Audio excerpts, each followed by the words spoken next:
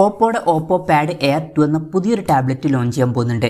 ഈ ഒരു ടാബിൻ്റെ ഫീച്ചേഴ്സിനെ പറ്റിയിട്ടുള്ള പല കാര്യങ്ങളും ഇപ്പം പറയാൻ കഴിഞ്ഞിട്ടുണ്ട്. ഈ ഒരു വീഡിയോയിൽ നമ്മൾ നോക്കാൻ പോകുന്നത് ഓപ്പോ പാഡ് എയർ 2 എന്ന ടാബിനെ പറ്റിയിട്ടാണ്.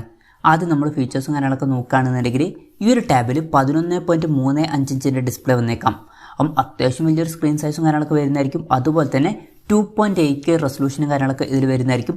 പിന്നെ അമോലെഡ് ഡിസ്പ്ലേ ഒന്നും വരാൻ ചാൻസ് ഇല്ല. LCD പാനലായിരിക്കും ഈ ടാബിൽ വരിക. ഡിസ്പ്ലേയിൽ 90 ഹെർട്സിൻ്റെ റിഫ്രഷ് റേറ്റും കാര്യങ്ങളൊക്കെ സപ്പോർട്ട് ചെയ്യുന്നതായിരിക്കും.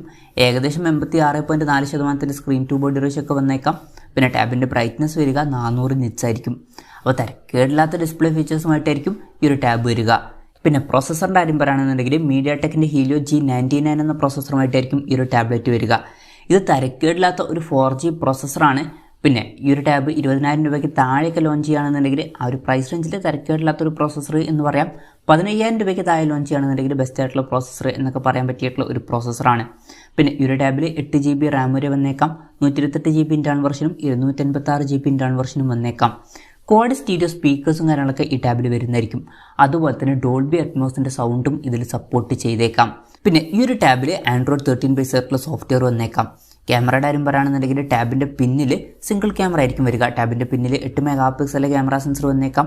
പിന്നെ ഫ്രണ്ടിൽ 8 മെഗാ സെൽഫി ക്യാമറയും വന്നേക്കാം. 8000 mAh ബാറ്ററിയൊക്കെ ഈ ടാബിൽ വരുന്നതായിരിക്കും.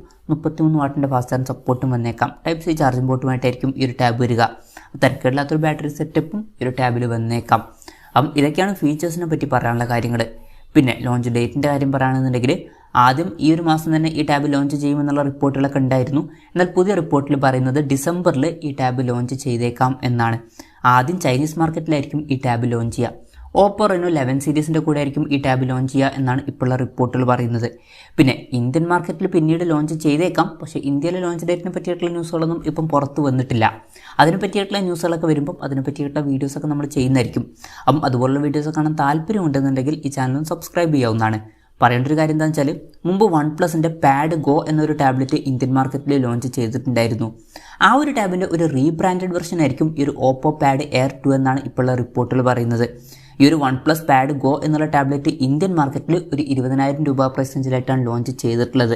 അപ്പം ഈ ഒരു ടാബും ഇന്ത്യൻ മാർക്കറ്റിൽ ലോഞ്ച് ചെയ്യുകയാണെന്നുണ്ടെങ്കിൽ ഏകദേശം അതിനടുത്ത് വരുന്ന പ്രൈസ് റേഞ്ചിലായിട്ട് ലോഞ്ച് ചെയ്തേക്കാം.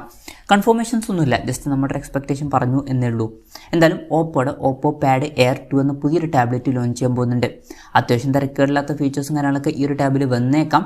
നല്ലൊരു പ്രൈസിങ്ങിനും കൂടി ലോഞ്ച് ചെയ്യുകയാണെന്നുണ്ടെങ്കിൽ വളരെ നല്ലൊരു കാര്യമായിരിക്കും.